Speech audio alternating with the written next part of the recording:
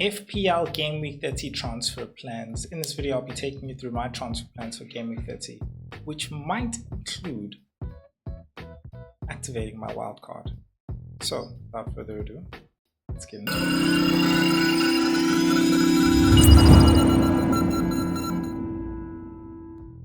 Alright, guys. Now, I actually had to re-record this because, I don't know, I think the threshold on my mic was down, so please bear with me. But yeah, everything sounds good for my checks now. Let me know in the comment section if it doesn't, but yeah, I'll be checking again anyway. Cool. So what I wanted to do for this video is I actually wanted to take you guys through a wildcard draft. Now, reason being is my transfer plans are really one of two: make 2 transfers, take a hit, or activate my wildcard. Now, activating the wildcard will depend highly on the results of the FA Cup and the actual draw, because the FA Cup fixtures games are going to be that weekend before the actual FPL comes back on the Tuesday, Wednesday, Thursday, and the draw will be on that Sunday. So we'll get a very good idea as to who's going to be playing and not playing in that blank game week 34, which is what my wildcard is highly based on, because I am looking to maneuver that game week 34 and play my game week, my free hit in game week 33. That being said, what I've done is I've put the best fixtures between game week 30 and 32, not 33, because I am going to be free hitting, so it doesn't matter exactly. I don't even have to include those fixtures. Game week 34, I already have a good idea as to who's playing already and who could be playing, depending on how the fixtures actually go. So now, these are the fixtures for game week 30 at the bottom over there.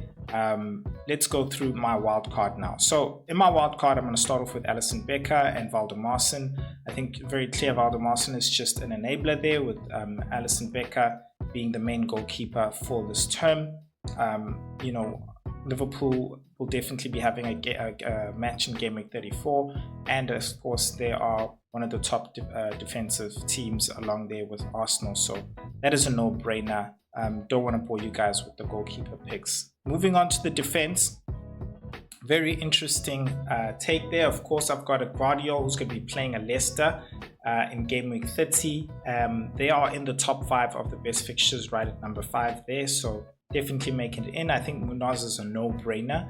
He is of course one of the informed defenders right now. A lot of people bringing him in as well. I luckily have had him in since he's been, booming. And then you have Nori, who also has some good fixtures. He's in the top 5 of best fixtures over there, playing that left back role / number 10 all over the pitch.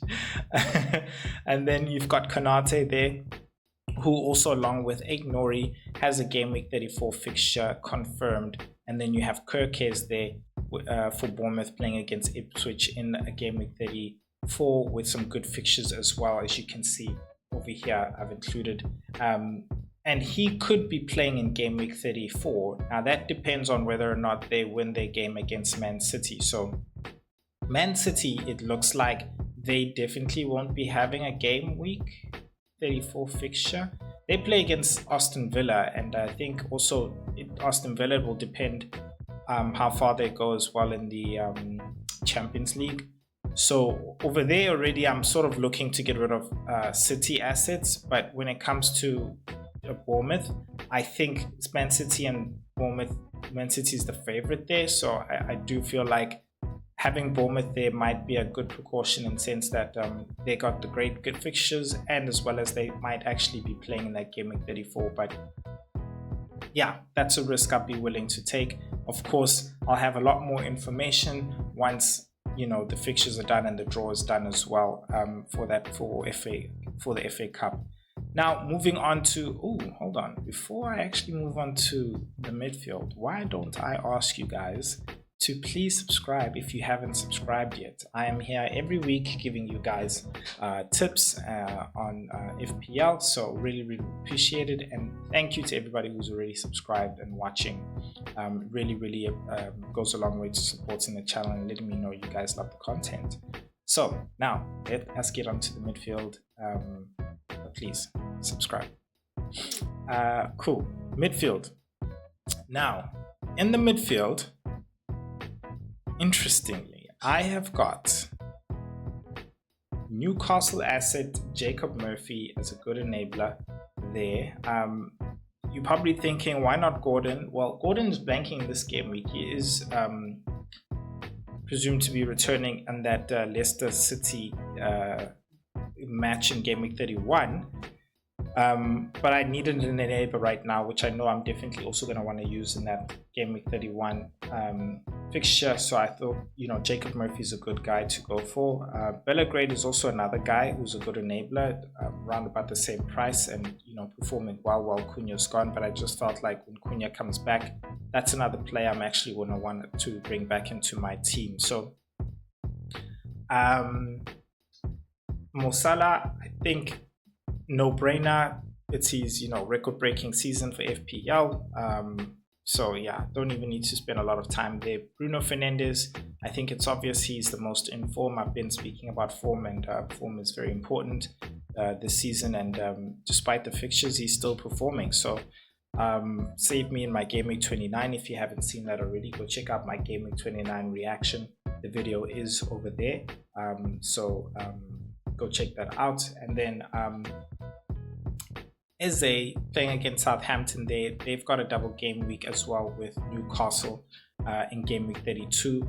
I don't think they're a team that's actually going to be playing in game week 34. They are playing against Arsenal game week 34, and that really depends on their game against Fulham.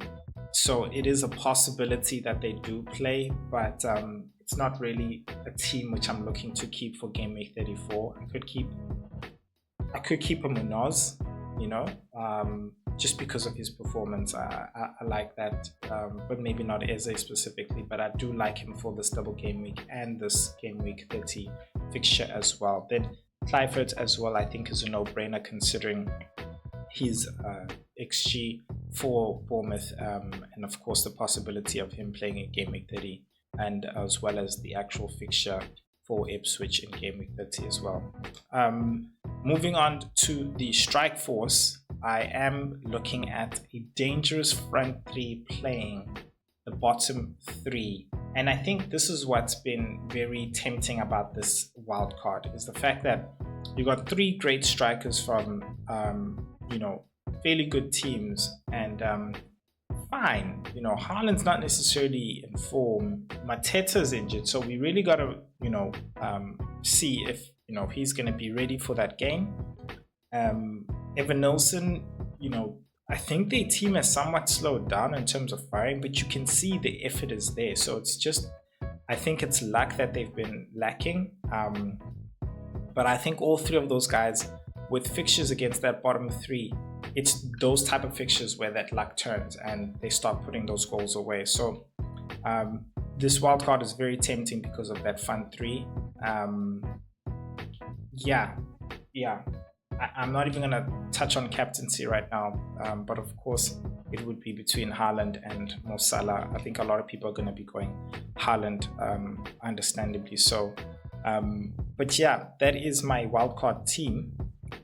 You guys let me know what you think in the fixtures, who I haven't mentioned, who you would put in. Remember, this team depends a lot on, and it's my first draft, so it's definitely 100% going to change, but it depends on the results of FA Cup results. So yeah, and then also in terms of what my transfers be, I have one free transfer with 2.8 in the bank. I would definitely take a hit, maybe two, to bring in 2-3 players from here. That would be a Mateta, an Eze, and a Clifford. And a Clifford. So I'm not afraid to take those hits. Definitely for the Southampton players, it's more so the Bournemouth one, but I think if I was to look at it as a free transfer for Clifford and then a hit for the double game weekers in game week 32, I think it would make a lot of sense, of course, considering long-term investment. So that's my thought. And that again also goes to why I'm thinking of wildcarding. It's just really setting up my team really well to actually maneuver game week 34 as well. So we'll see how that goes. I will touch on to the Fantasy Football G league table another time, so don't worry, I will mention you guys in the top 10. Nothing's going to change right now, but thank you so much, and please remember to hit that subscribe button. And if you want to see my game week reaction for game week 29, then check out this video over here, and I'll see you guys in the next video. Peace.